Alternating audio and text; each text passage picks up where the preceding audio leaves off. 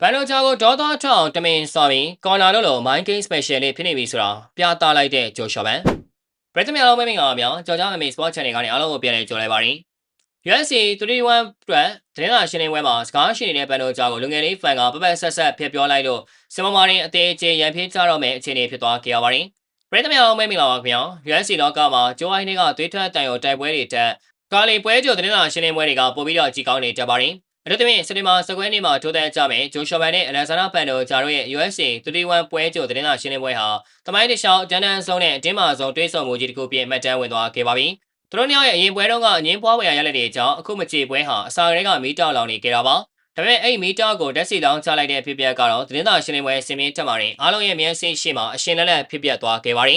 ပြဿနာအစားကဒီလိုပါသတင်းစာရှင်းလင်းပွဲမှာသတင်းတော်တယောက်ကပန်ဒိုဂျာကိုဒီပွဲကသူ့အတွက်ဘယ်လောက်ထိအသေးပဲရှိလဲသူ့ရဲ့တမိုင်းကြောင်းနဲ့flyweight တန်းမှာသူဘယ်လိုဖြတ်တန်းကင်းရလဲဆိုတဲ့အကြောင်းကိုမေးမြန်းခဲ့ပါတယ်။ဘန်ဒိုဂျာဟာအတွေ့အကြုံရဲ့ဝိုင်းဖိုင်တာကြီးပြီးသူ့ရဲ့ခံစားချက်တွေအတိတ်ကရုန်းကန်ကြရမှုတွေနဲ့ချန်ပီယံတယောက်ရဲ့ဂုဏ်သိက္ခာတွေအကြောင်းကိုအင်မတန်ခံစားမှုအပြည့်နဲ့ရှည်ရှည်ဝေးဝေးစတင်ရှင်းပြနေခဲ့ပါတယ်။သူတော်ဒါပရိသတ်တွေကိုသူ့ရဲ့တန်ဖိုးကိုသိစေခြင်းနဲ့အခိုင်အတန့်လေးတကူပါ။ဒါပေမဲ့အဲ့လိုလေးနဲ့ထားပြီးစကားပြောနေတဲ့အချိန်မှာပဲတပတ်မှထိုင်နေတဲ့လူငယ်လေးဗန်ကတော့လုံးဝတိကျနိုင်စွမ်းမရှိတော့ပါဘူး။ဗန်ကဘန်ဒိုဂျာရဲ့စကားတွေကိုအဆုံးထိနားမထောင်တော့ဘဲမိုက်ခရိုဖုန်းကိုဆွဲပြီးကြားဖြတ်ပြောချလိုက်ပါတယ်။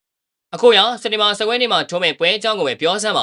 ါကျွန်တော်တို့ကခမရရဲ့ရာဇဝင်ပုံမီတွေကိုလာနားထောင်နေတာမဟုတ်ဘူးဗျဒီကိုရောက်နေတာတိုက်ခိုက်ဖို့အတွက်ပဲလို့ပက်ဆက်ဆက်ဖျက်ပြောလိုက်တာပါဒီစကားဟာပန်ဒိုဂျိုင်းနှလုံးသားကိုဓာတ်နဲ့ဓာတ်ရိုက်ထိုးဆိုင်လိုက်တယ်လို့ပါပဲဝိုင်းဖိုင်တာကြီးတယောက်ရဲ့ဘွားဖြတ်တန်းမှုကိုပုံမြင်တပုတ်လိုသဘောထားပြီးလူငယ်လေးတယောက်ကအများရှိမှလှောင်ပြောင်တယော်လိုက်တာဟာ UFC လောကမှာအကြီးမားဆုံးသောစော်ကားမှုတစ်ခုပါဒီစကားကိုကြားလိုက်ရတဲ့အချိန်မှာတော့ပန်ဒိုဂျိုင်းရဲ့မျက်နှာဟာဒေါသကြောင့်ညီရဲသွားပြီးတိခတ်နိုင်စွမ်းနဲ့အားလုံးကုံဆုံးကပေါက်ကွဲထွက်သွားခဲ့ပါတော့တယ်။ဘန်ဒိုဂျာကမိုက်ခရိုဖုန်းကိုတင်းတင်းကြပ်ကြပ်ဆုပ်ကိုင်ပြီးဘန်ကိုစူးရဲဆိုင်ကြည့်ကဟဲ့ကောင်ကလေး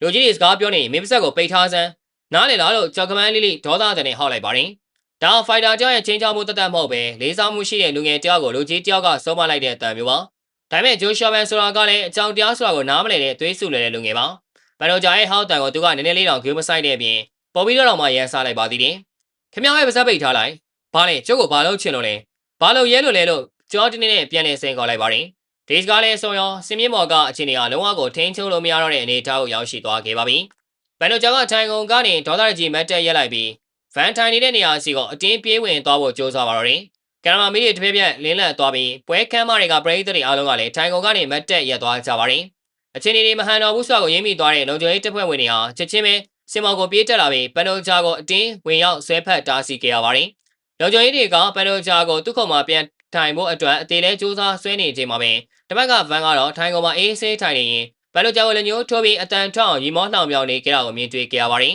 ။ဗန်ရဲ့ဒီလုံးရက်ကဘန်ဒိုဂျာကိုပိုပြီးဒေါ်လာတောင်းတမင်တကာလှုပ်ဆောင်နေတဲ့အင်မတန်အဆင့်မြင့်တဲ့စိတ်သက်စစ်စင်ရေးကြီးတစ်ခုပါပဲ။ဒီဖြစ်ရဲ့ဒီခုလုံးကိုခြုံငုံသုံးသပ်ကြည့်ရင်ဗန်တကယ်ကိုညင်ရင်မြမားတဲ့ဖိုင်တာတယောက်ဖြစ်တယ်ဆိုတာပေါ်လွင်နေပါတယ်။သူဟာဘန်ဒိုဂျာရဲ့စိတ်ခံစားမှုကိုဘယ်လိုစွာပေးရမလဲဆိုတာအတိအကျသိနေပါတယ်။ဘန်ဒိုဂျာလိုတွေးကြုံရင်ဖိုင်တာကြီးတယောက်ကလူရှိသူရှိမှဒေါသကိုမထိန်ချုံနိုင်ပဲပေါက်ကွဲသွားတယ်ဆိုတာဟာဗန်ရဲ့စိတ်တဲ့စစ်စင်ရဲ့အထိုင်ကျသွားပြီဆိုတဲ့သဘောပါပဲ။ခွင်းနဲ့ရောက်ရင်ဒေါသထွက်နေတဲ့ဖိုင်တာတယောက်ဟာအမားတွေလုံးပြီးဖို့အရန်လွယ်ကူပါတယ်။ဗန်ကအဲ့အမားတွေကိုစောင့်နေတာပါ။ဒီဘက်မှာလည်းဘန်ဒိုဂျာကဒီလိုစော်ကားခင်အားမှုကိုဂျိုးဝိုင်းတင်းမှာရဲရဲဆက်ဆက်လက်စားချေဖို့အားခဲထားမှသိချပါပြီ။အတွေ့အကြုံကိုစော်ကားလိုက်တဲ့လူငယ်လေးလားဒါမှမဟုတ်ဒေါသကြောင့်အမားလုံးပြီးမဲ့လူကြီးလားဆိုတာလာမယ့်စနေမှာစကွဲနေ့မှာသွေးနဲ့ချွေးနဲ့အပြေရှာကြတော့မှာပဲပါတယ်။ညီကိုတို့ကရောဗန်ရဲ့လုပ်ရက်ပေါ်ဘယ်လိုမြင်ကြလဲ။ဒီပြက်ကနေဘန်ဒိုဂျာရဲ့ဒေါသတွေကြောင့်အော်တကွန်ထဲမှာအမားလုံးပြီးနိုင်ချေပုံများလာခဲ့ပြီလားမမီတို့ရဲ့မြင်လေးကိုလည်းပြောပေးသွားခဲ့ကြပါအောင်ခင်ဗျာအစောင်းနေ့ကြည့်ရှုပေးခဲ့ကြတဲ့အတွက်အားလုံးကိုကျေးဇူးထူးပဲတင်ရှိပါရခင်ဗျာ